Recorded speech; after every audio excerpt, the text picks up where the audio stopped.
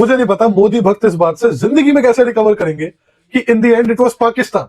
पाकिस्तान जिनको ये आटू झाटू और टुच्ची कंट्री मानते हैं, जिन्होंने एक्चुअल में कोई वॉर रुकवा दी, एक्चुअल में, किससे कहानी हवाबाजी में नहीं, एक्चुअल में।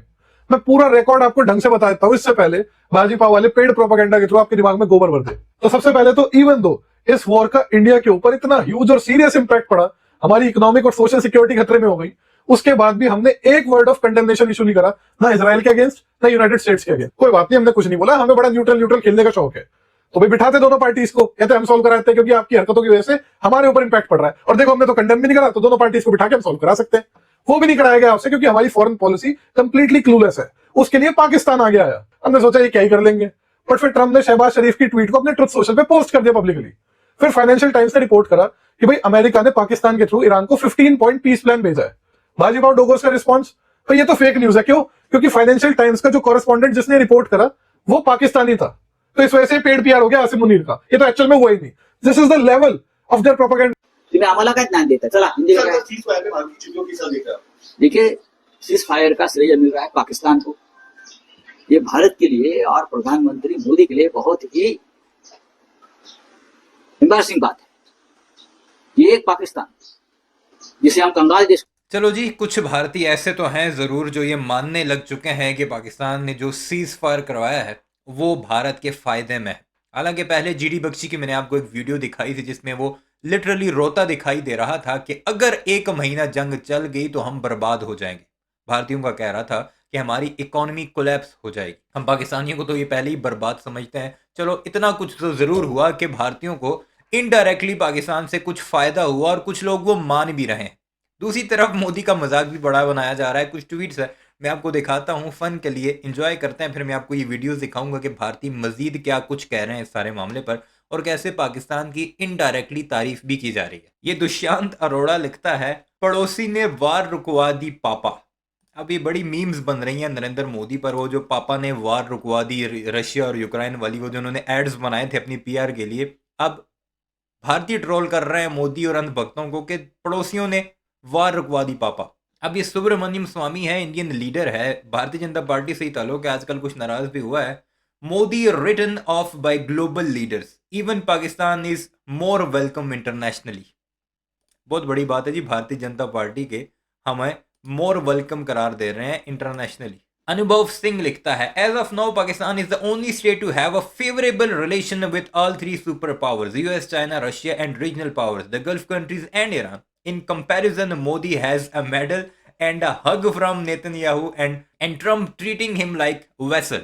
विश्व गुरु, वो जो जप्पियां शप्पियां मेडल लेकर आता रहा ना, उस पर भी अब ट्रोल किया जा रहा है नरेंद्र मोदी कि वो जो मेडल तुम्हें दिए जाते हैं वो असल में होते ही नहीं है, तुम्हारे लिए बनाए जाते हैं, तुम्हें पहनाकर खुश करके भेज दिया जाता है। अब ये जी Dhurandhar 3 leak footage, peak detailing by Aditya दार।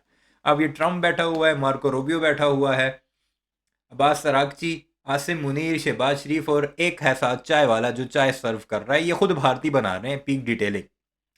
धुरंधर 3 लीक हो चुकी है। अर्जुन लिखता है, diplomatically isolating Pakistan on the world stage has always been a national security objective of India. So many MPs went on a world tour on taxpayers money to expose Pakistan after the Pahalgam terror attack. वो जो पार्लिमानी लोगों के वफूद बनाकर असदुद्दीन अवैसी भी और बाकी Bharatiya Janata party और कांग्रेस के लोगों को वर्ल्ड टूर पे भेजा था इन्होंने, 10-10, 12-12 के एमपीज को। उनका मकसद यही था कि दुनिया को जाकर बताना कि पाकिस्तान को जी आइसोलेट किया जाए, पाकिस्तान दहशतगर्द मुल्क है। क्या हुआ उसका देख लिया आपने। Are they more isolated today और less isolated, you tell me. अब ये बताओ कि पाकिस्तान उसके बाद आज ज्यादा आइसोलेटेड है या कम है। अतुल खत्री, इंडियन कॉमेडियन है, यूट्यूबर है, इन्फ्लुएंसर है, वो लिखता है, I thought I would never tweet this in my life but, यानी मैंने कभी नहीं सोचा था कि मैं ये ट्वीट करूंगा भी कभी, but thank you Pakistan for brokering world peace. शुक्रिया पाकिस्तान को, तुमने मीडिएशन की, तुमने फैसिलिटेट किया दुनिया के पीस के लिए।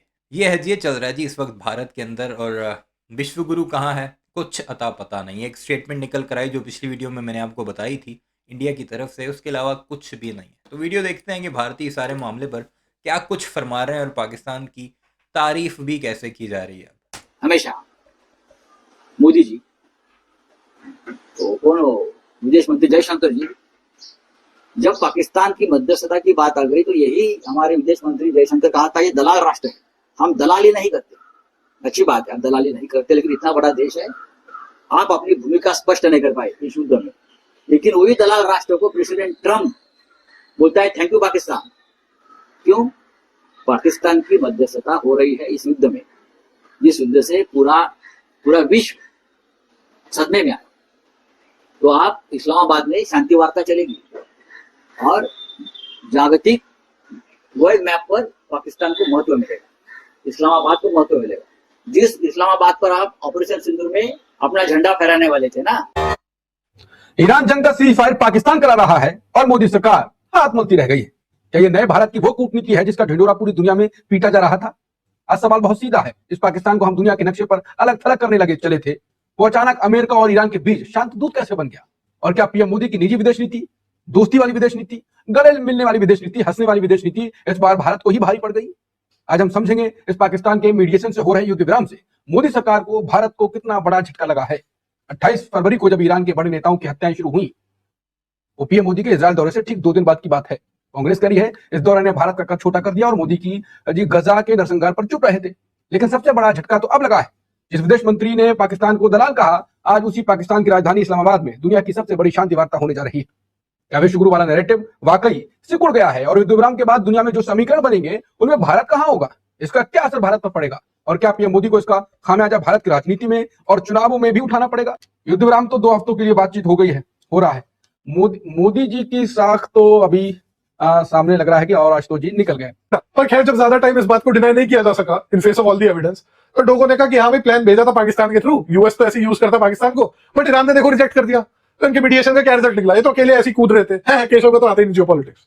बट अल्टीमेटली ईरान ने अपना 10 पॉइंट काउंटर भेजा, जिसमें उन्होंने बोला सबसे पहले तो ऐसा नहीं कि खाली सीज फायर होगा, आगे से अमेरिका कोई अटैक नहीं करेगा, इसकी गारंटी उनको चाहिए। And when they said guarantee, I think they had in mind कि कांग्रेस इसके लिए कोई लॉ पास करे, क्योंकि रूल ऑफ लॉ से चलने वाला देश है। दूसरा उन्होंने बोला सारी सैंक्शंस खत्म होंगी।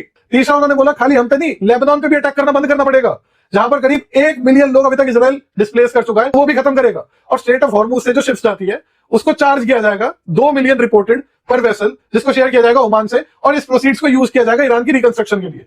डायरेक्ट डैमेजेस ना सीख करके ये तरीका सीख करा जाएगा। अब इस स्ट्रेट ऑफ हॉर्मुज पे ईरान का कोई लेवरेज ना हो, इसके लिए यूएन सिक्योरिटी काउंसिल में रेजोल्यूशन आया, जिसको चाइना और रशिया ने वीटो करके निरस्त कर दिया।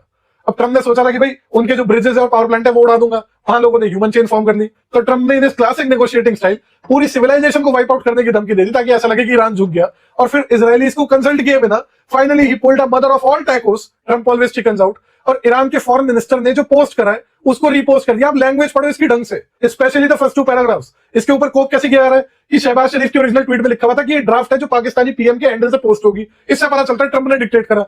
ये कैसे साबित होता है इससे भाई? As Najam Ali has pointed out, it could just very well mean कि भाई ये ड्राफ्ट भेजा। पाकिस्तान में भी कुछ लोग इस लाइन को पॉइंट आउट कर रहे हैं, जाहिल और जाहिलो, पाकिस्तान की आज कामयाबी है, पाकिस्तान के लिए खुशी का दिन है, इसे सेलिब्रेट करो। कल से फिर सियासत शुरू कर देना, परसों से फिर कर देना, हम भी आपके साथ मिलकर करेंगे, फिर तनकीद करेंगे प्राइम मिनिस्टर के ऊपर, सबके ऊपर। आज तो सब्र करो, जरा हौसला रखो, और एक तरफ शुक्रिया भी अदा कर रहे हैं, बीच में कोई ऐसी चुल निकाल रहे हैं, ऐसी बातें कर रहे हैं जिससे खट्टापन बीच में दाखिल हो, यानी अपनी जहनियत बीच में जरूर दाखिल कर रहे हैं। कुछ लोग बाहर बैठे हुए हैं, कुछ पाकिस्तान में बैठकर कर रहे हैं। गया तेहरान को और वॉशिंगटन को कि भाई ये डलेगा पाकिस्तान पीएम के हैंडल से, और उसी को फिर एज इट इज डाल दिया गया। पर इन सब में इंडिया का है कहीं। क्या हो गया मिस्टर जयशंकर, बताइए। मोदी जी आप कहाँ है? ये मोदी जी केरल, असम, तमिलनाडु, पश्चिम बंगाल में प्रचार में घूम रहे। उनको ये महत्व, उसका महत्व है कि प्रचार करना है हमारे पार्टी के लिए और अपने राजनीतिक विरोधियों के ऊपर क्रिटिसाइज करना है। लेकिन महाविश्व गुरु को ये पता नहीं कि पर्दे के पीछे क्या हो रहा है। प्रेसिडेंट ट्रंप ने पाकिस्तान के लिए आभार और थैंक्स कहा है, इजराइल ने थैंक्स कहा है, ईरान ने भी थैंक्स कहा है। तीनों देश के प्रमुख अब बैठेंगे इस्लामाबाद में और इस्लामाबाद की प्रतिष्ठा बढ़ेगी। ये इसके लिए इजराइल नहीं बैठेगा, इजराइल को हमें शुक्रिया चाहिए भी नहीं और हम उसे पाकिस्तान में घुसने भी नहीं देंगे, क्योंकि जब तक वो इस फ़लस्तीन वाला मामला सेटल नहीं करता, पाकिस्तान में इजरायलियों के लिए कोई भी गुंजाइश नहीं है। नरेंद्र मोदी और उनकी नीति जिम्मेदार है। ट्रंप की शांति कोशिश की पॉलिटिकल स्टंट है, जो होगा वो होगा, लेकिन इस्लामाबाद को महत्व मिला है ना। शांति की कोशिश जरूर है, ट्रंप भी थक चुका है इस युद्ध से, ईरान जैसे एक राष्ट्र ने ट्रम्प को थकाया है बहुत।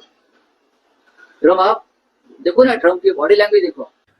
ये दुबराम तो हो गया, लेकिन मोदी सरकार तो बीच में भी गायब रही। युद्ध के पहले बस 2 दिन इजरायल गए थे, उसके बाद इसका क्या खामियाजा भुगतना पड़ेगा मोदी सरकार को, और भारत के साथ का क्या हुआ? देखिए, मोदी सरकार के बारे में बात करने के पहले एक बात बहुत जरूरी है कि इस वक्त दुनिया कितने बड़े खतरे के करीब पहुंच चुकी थी। पूरी दुनिया में जिस बात को लेकर कल देर शाम से लगातार चर्चा हो रही थी वो ये थी कि दरअसल अमेरिका के राष्ट्रपति डोनाल्ड ट्रंप ने ये धमकी दी थी कि पूरी ईरानी सभ्यता को मटिया मेट कर दूंगा, बर्बाद कर दूंगा, और इतना बर्बाद कर दूंगा कि दोबारा कभी जिंदा नहीं हो पाएगी। आप सोचिए, उस मकाम तक ये क्राइसिस पहुंच चुकी थी, और उस क्राइसिस को जब सब लोग ये समझ रहे थे कि अब दुनिया एक बड़े विनाश के कगार पर पहुंच चुकी है, उस वक्त पाकिस्तान के मीडिएशन ने, पाकिस्तान की मध्यस्थता ने, जाहिर सी बात है उसमें तुर्की का भी हाथ है, उसमें इजिप्ट का भी हाथ है, उसमें ओमान का भी हाथ है, कुछ लोग कह रहे कतर का भी हाथ है, और कुछ लोग ये कह रहे हैं इन सबके पीछे चीन का भी हाथ है। लेकिन असली भूमिका इसमें पाकिस्तान ने निभाई। और उसके बाद जब अमेरिका के टाइम ईस्टर्न जोन के हिसाब से रात को 8 बजे से तकरीबन 90 मिनट पहले ट्रंप ने इस बात का ऐलान किया कि दरअसल 2 हफ्ते का सीजफायर या युद्ध विराम उनके और ईरान के बीच में हो गया है। तो जहां तक युद्ध पहुंच चुका था, जिस स्थिति में पहुंच चुका था, और जो पूरी दुनिया के लिए एक बहुत बड़े संकट का कारण बन रहा था, जिसकी वजह से चाहे रिपब्लिकन्स हो चाहे डेमोक्रेट्स हो बुरी तरीके से हिल चुके थे। और अगर आप टाइमलाइन को देखें तो सोशल मीडिया इस बात से भरा पड़ा हुआ था कि क्या ट्रंप अब जेनोसाइड की बात करने लगे हैं? क्या वो पूरी की पूरी 9 करोड़ ईरान की आबादी को बर्बाद और मौत के घाट उतार देना चाहते हैं? क्या वो वार क्राइम नहीं कर रहे हैं? यहां तक स्थिति पहुंच चुकी थी। और यह भी खबर आई थी कि दरअसल ईरान ने अमेरिका के साथ सारे अपने डिप्लोमेटिक चैनल्स को बंद कर दिया है। वहां से चीजों को घसीट कर यहां तक लाना, यानी कि दोनों के बीच में सीज फायर करवा देना, यह अपने आप में एक बहुत बड़ी उपलब्धि है। और बहुत बड़ी उपलब्धि है। ये है भारत के तजिया निगार आशुतोष साहब, और ये कह रहे हैं कि बहुत बड़ी अचीवमेंट है पाकिस्तान की कि एक उस मौके पर जहां पर 1 घंटे बाद तबाही होगी, सिर्फ एक तरफ नहीं पूरी दुनिया की तबाही होगी।